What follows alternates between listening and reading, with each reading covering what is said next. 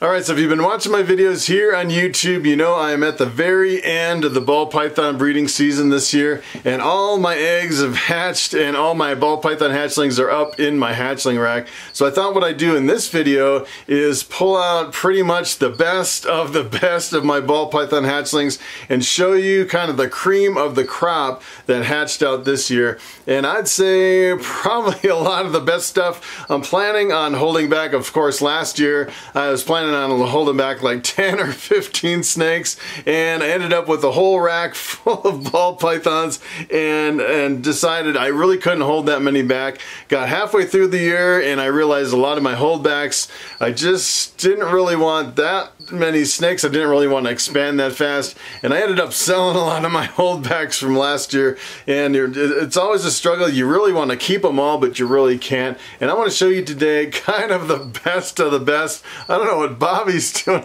He's kind of going crazy today. I don't know what's gotten into Bobby here, but I want to pull him out. Actually, Bobby fathered some of these clutches. I got some really cool bamboo combos. I have a whole bunch of stuff. I'll just start pulling them out of the rack. I'm going to show you probably maybe the top 5 or 6 ball python hatchlings that are pretty much the best of the best from the whole year. So let's check out some baby snakes. Alright, so I'm going to start with one that's probably one of my cheapest ones that I'm actually going to hold back, but it is probably one of the most impressive. This is just a straight pastel, and I've hatched out probably, I would say, dozens of pastels over there, and I have never hatched out a pastel that is this bright. It is insanely bright. I can't even believe how bright this snake is, and it's a female too, so it's essentially what I'm going to do is I'm going to pretty much grow this up to breeding size, and then I'll breed other morphs back into it and kind of steal the pastel gene and work this really bright pastel into everything else and kind of phase out all my other pastels. And the interesting thing is there's a lot of different lines of pastel. Some of them are really bright and some of them are really dull, and this happens to be one of the brightest pastels that I have ever seen. It is really incredible, and this one actually just shed too, so you can definitely tell this is a super bright pastel. I'm really excited about holding on to this girl. So this was actually a more interesting snake that I hatched out. This is the first time I actually produced one of these. I actually produced 2, a male and a female. These are fireball pythons, the first fires I've ever produced. Actually, I have a fire pied, and I was always thinking, yeah, I want to breed my fire pied back to my female pied. Well, my female pied wasn't ready, so I thought, hey, I think I'll breed my fire pied just to a normal female. And sure enough, it cranked out these amazing fires, 100% het pieds, and it's a really interesting morph. You actually breed 2 fires together and you can get a super fire, which is a white snake. And the funny thing is if you breed both of these together, you can actually get either a super fire, which is an all white snake, or you could get a pied, or you could get a super fire pied, which is kind of interesting. And probably I don't think I'll hold these back. It's just kind of interesting that I hatched these out. It's the first year that I've actually ever hatched out a fire and I've actually seen one, so I just thought it was a more interesting snake. So I hatched out some really interesting bamboos. This is actually Bobby's little baby here, and the funny thing about bamboos is they are completely polymorphic, where sometimes you can get a totally reduced pattern like this one. It almost looks like it has enchi or something else in there, but it's just a straight bamboo. And I have some other ones with a really crazy mixed up pattern. I'd say this is probably one of the ones that is probably the most reduced bamboo that I've probably ever produced. It is super reduced, just has a little line right down the ridge, which is pretty neat. And let me show you my other bamboo, one of my ones that are just crazy, has some crazy patterns to them. It is amazing the difference in the bamboos. So take a look at this bamboo. Same exact genetics as that last snake, but look at how crazy the pattern is compared to that last one. It's pretty amazing. And the problem with I actually have a few snakes, especially like this one, that have been left behind. Look at how skinny this one is. Pretty much all the hatchlings all around this one have eaten several meals already, and this one hasn't had a single meal. I've tried live mouse hoppers, I've tried some rat pups, eats, and this one just won't eat. So I'm thinking one of these future videos I may have to go through and show you how to actually assist feed some of these ball pythons, because it's getting to the point where I'm starting to think about assist feeding some of the ones that have been left behind. But this is a really amazing bamboo pattern. Alright, so I actually produced some spiders this year. This is my very first year producing spiders, which is kind of interesting. And just take a look how amazing the spiders look. I know a lot of people are against the spiders because of the head wobble. This one doesn't really seem to have any head wobble at all. As a matter of fact, I produced a few spiders and I've had no problems at all. And these have some interesting genetics. These are actually 100% het pied and 50% het caramel albino. Really beautiful snakes. Alright, so this is probably one of the most expensive snakes that I hatched out this year, and it's definitely a holdback. This is actually a lesser ball python with the scaleless head. So the scaleless head essentially has just a few scales missing from the top of the head, and you breed two scaleless heads together and you get a completely scaleless ball python. And when I first started in ball pythons, just a normal scaleless head was selling for $45,000. I didn't think that the price would ever come down within my reach to where I'd actually get scaleless heads. And it actually, just a couple years ago, I bought my first scaleless head, and it was, I think it was $1,200 for a normal scaleless head, and now they're quite a bit less than that. And now everybody's working them into combos, and pretty much the mad rush right now is to get the totally scaleless, and pretty much everybody's waiting on the females to reach a size, because you need to breed two scaleless heads together to actually get the female. And this guy is eating really well. You can tell it's doing really fantastic. It's eating more than 6 rodents. It's doing really well. This is definitely one of my holdbacks. So take a look at this snake. This is actually one of the ones I'm holding back as well. It's a really faded out snake. It has some really interesting genetics behind it.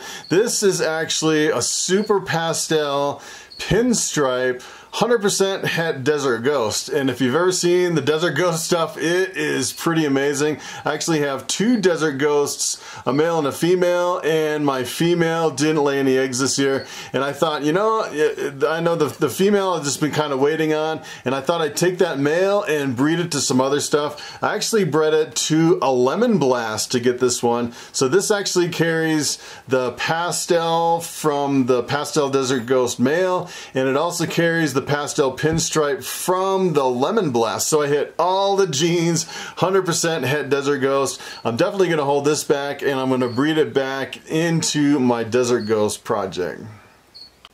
Alright, so take a look at this. I produced some of these amazing Coral Glow ball pythons, and I remember when these Coral Glows first came out, they were selling for $25,000 a piece. Now they're just a few $100. You can get them pretty inexpensively, and these are some of the most beautiful, just standalone. It's a co-dominant, so you can take a Coral Glow, breed it to a normal or anything else, and half the babies will come out Coral Glow. It is really amazing, and the interesting thing is when they're smaller, they have a lot more colors and patterns, and it's kind of the highlights all through it. You can kind of see it's definitely has, they definitely look better when they're smaller. They fade a little bit more when they get a little bit bigger. So this one's actually 50% het pied, because the female, or actually the male that I bred, is 100% het pied. So half the babies will be het pied. I was actually intending to use that 100% het pied to actually get a Coral Glow pied, and my female pieds just aren't ready, and I pretty much have never to this date produced a Coral Glow pied, which is kind of unfortunate. Hopefully in the near future I'll actually produce one, but this is, I'd say, probably one of the most beautiful snakes that I've produced all year. It is an amazing snake. Alright, take a look at this. This is a pinstripe ball python. This is not just any normal pinstripe. This is actually het for 2 genes. This is 100% het for albino, 100% het for pied. Essentially, I took my albino pied, crossed it with a pinstripe, and I got these pinstripes double hets. It's a pretty powerful breeder, and I'm not even sure how much they're worth. I have to look them up on Morph Market to even figure out a price on these, but not only it is is probably I'd say it's probably my favorite morph, the pinstripes. Just a really solid gold snake, really beautiful. Usually you can get pinstripes really fairly inexpensive, but the double het with the albino pied kind of boosts the price on these a little bit. It is a powerful breeder and a really beautiful snake.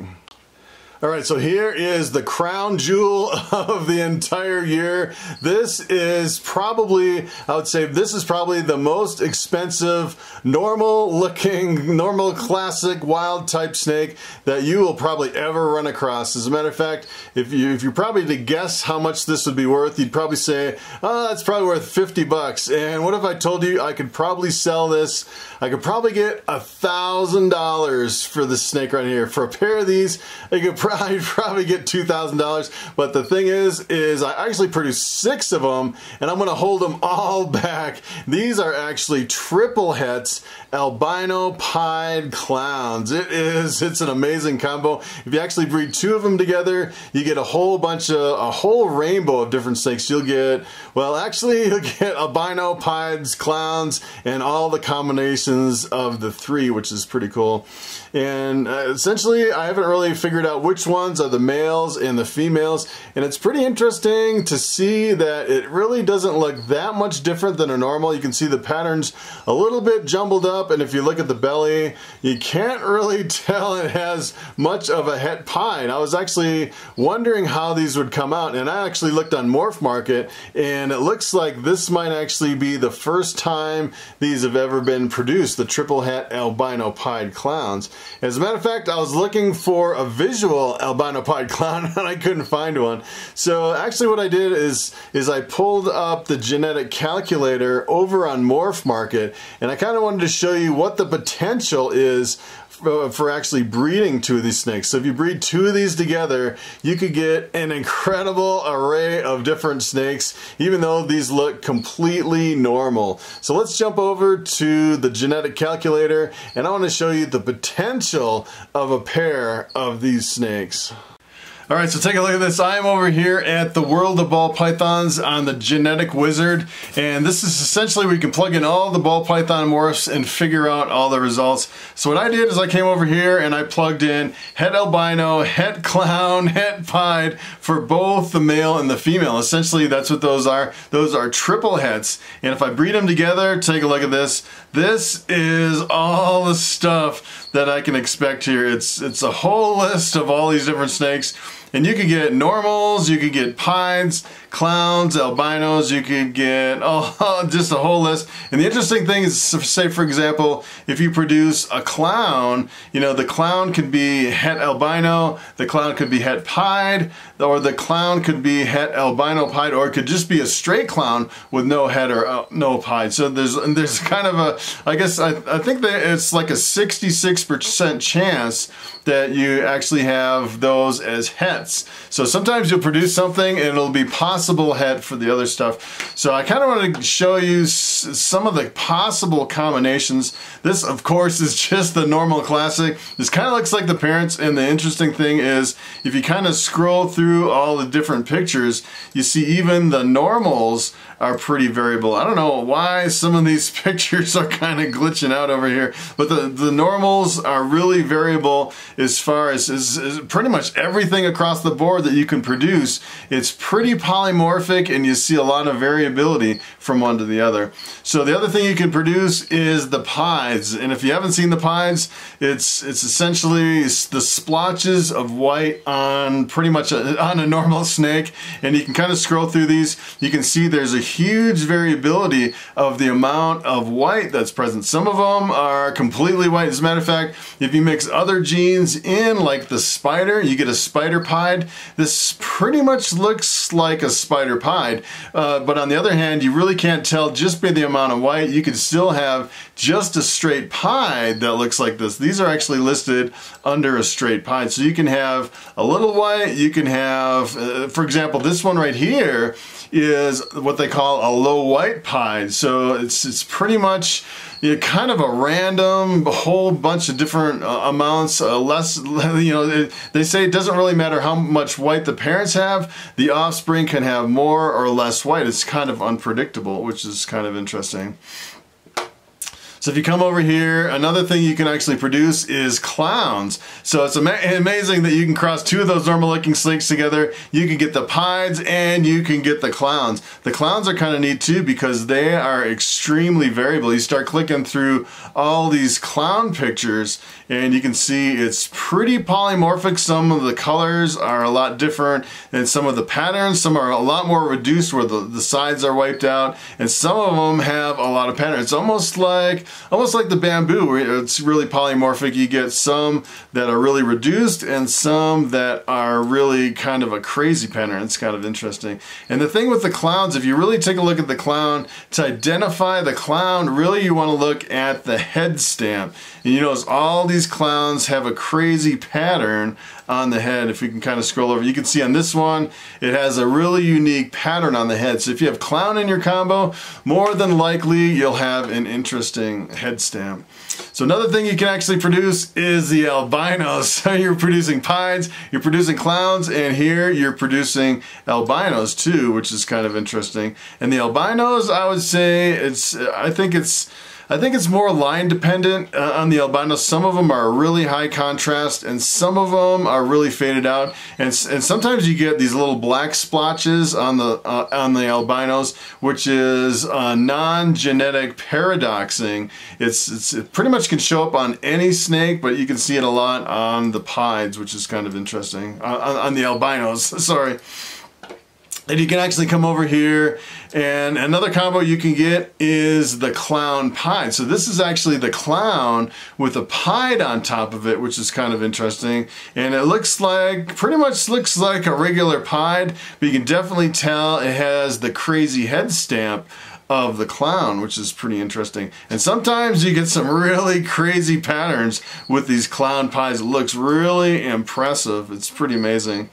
It seems like it jumbles up the pattern a little bit, but I'd say for the most part, you're looking at pretty much almost a regular pied with a crazy head stamp. This is also another interesting combination that you can get from those two snakes. This is an albino clown. So it's the albino with the crazy head stamp of the clown on the albino, which is kind of interesting. And you can see kind of the influence of the pattern from the clown kind of mixing it up on the albino. It's not just a straight pattern that you see on the regular albino. You can see the clown is definitely, look at this one. This one is crazy looking with the white kind of coming up on the back. That is really crazy. So it'd be really interesting to mix those snakes together. Here's another one. This is actually reproducing the parent. I actually have an albino pied male that I crossed with my clown, and essentially this is what the male looks like. This is the albino crossed with the pied. And the interesting thing is you look at some of these head stamps and you might be a little confused. You might say, hey, is there actually clown in there or not? And it might be kind of a challenge to kind of ID some of these as they're hatching out. And look at this crazy one.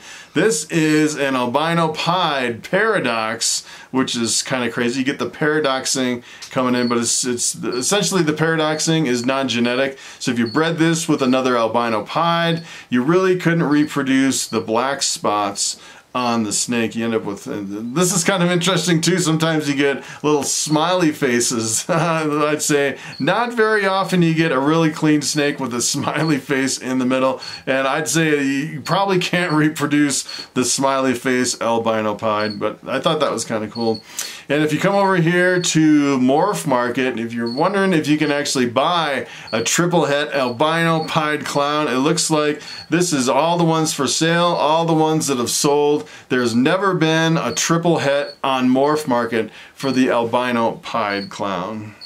Alright, so it is time for the question of the day. And Sharissa B asks, do you sell any of your snake sheds? And that is a very good question. As a matter of fact, I have a really impressive shed right here for my biggest ball python. Take a look at this one. This is really a really big shed all in one piece. It's probably the best shed that I've ever had from any ball python. This is actually from my big normal 100% het caramel albino female. I was pretty lucky to actually get that shed all in one piece. As a matter of fact, I had some pretty good sheds sheds from some of my other snakes, but I don't really save them, and I've never really considered selling them. It's pretty much the only thing you could really do with a snake shed, since it's so brittle, is probably do some kind of an art project or something with it. It's kind of interesting, and actually I've never really thought about it, but I would be willing to actually save my snake sheds and maybe post a link on eBay and sell them there. It'd be interesting